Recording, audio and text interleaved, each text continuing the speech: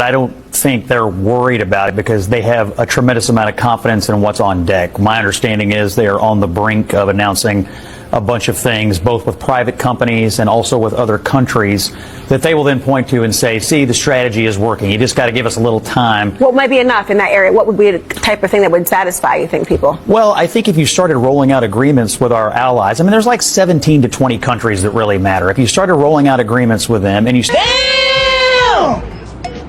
started also to see more private companies saying, we're going to continue to invest in America, we're investing more in America, jobs going here, investments going there.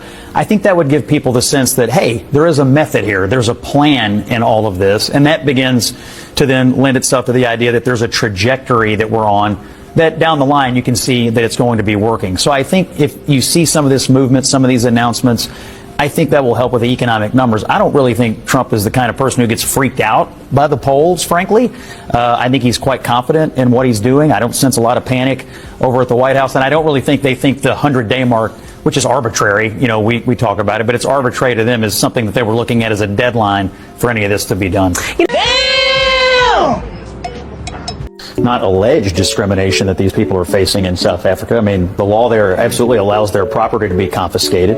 They are subject to racial discrimination. Some have been subject to violence from some reports that I have read. I mean, we're talking about 50-something people, and the people who seem to be angriest about this today had no problem with 20 million coming here. Some of the worst people in the world coming here, including gang members and so on and so forth. So, oh, damn. Ago, they went through a the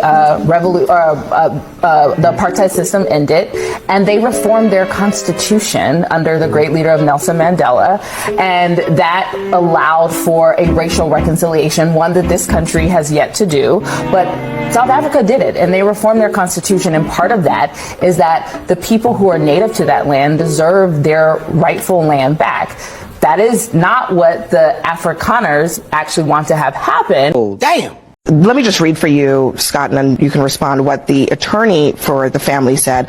Punishing individuals, including children as young as 4 years old, for the purported actions of their relatives is a feature of medieval justice systems or police state dictatorships, not democracies. Is this family in the country illegally or not? Actually, I'm not sure. I think they may not be. I'm not sure. And obviously in the household you have extreme radicalism, and that has now led to the literal burning of American citizens on the streets of this country in a clear act of domestic terrorism. And so again, we have an individual district court judge stepping in here to try to prevent the commander-in-chief of the United States from protecting Americans from a clear invasion of radicalism. That's number one. Number two, regarding the travel ban, he has a great reason. These countries don't vet people. They don't share. Oh, damn. Well, I just disagree with David. I think working class Americans see Donald Trump as fighting for them, and they see the Democratic Party elites as being out of touch with them, not just on the economy, but on a range of issues. I think these things are more interconnected than you want to believe. And you know, if you can't trust what a Democrat says about, you know, something that seems like an 80-20 or a 90-10 or a 95-5 issue, then why would I? Oh, damn. Oh, damn. Information, people who come from these countries, which all, by the way, the link is the governments are essentially failed states. They're not functioning. And so they overstay their visas. All of these countries present massive problems for our own government when trying to figure out who's coming here, why, and how long they're going to stay, and what are they going to do when they get here. We have had an awakening in this country of the abuse of the visa system.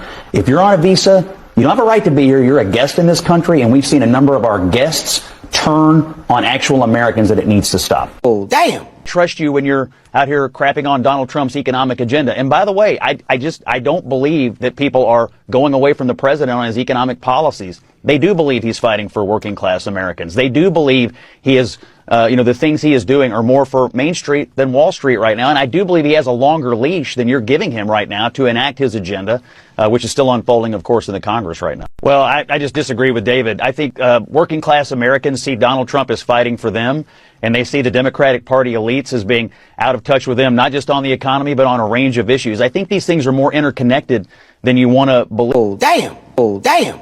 Everyone deserves health care. Even illegals? Every single person in the world deserves Just for the record, as a candidate, you're for illegal aliens getting Medicaid. I think everyone in the world deserves That's a health yes. care. That's a yes. That's a Democratic position. It is a yes, but Yeah. It's a Democratic Everyone in the position. world Illegal deserves aliens should healthcare. get Medicaid. But I mean, I mean, How is this controversial? I don't. But How is it controversial? How is it controversial that they don't want someone to die in the hospital because they can't afford What do you it? think pays? Damn. picking your peaches. Yeah, I'm passionate about Very passionate Americans. for the illegals. Sorry, No, I'm passionate for How dare Americans. you want people to be alive? How dare you? Passionate for the illegals. You Bring know- more. No, I actually want But yes, safe and secure You borders. need more. To make your vision of America work, we need more illegals who get more benefits. That's your version of America. No, what I want from America is a place that was promised to us, Scott. To the Like you illegals? do. No, it was promised to us. Damn.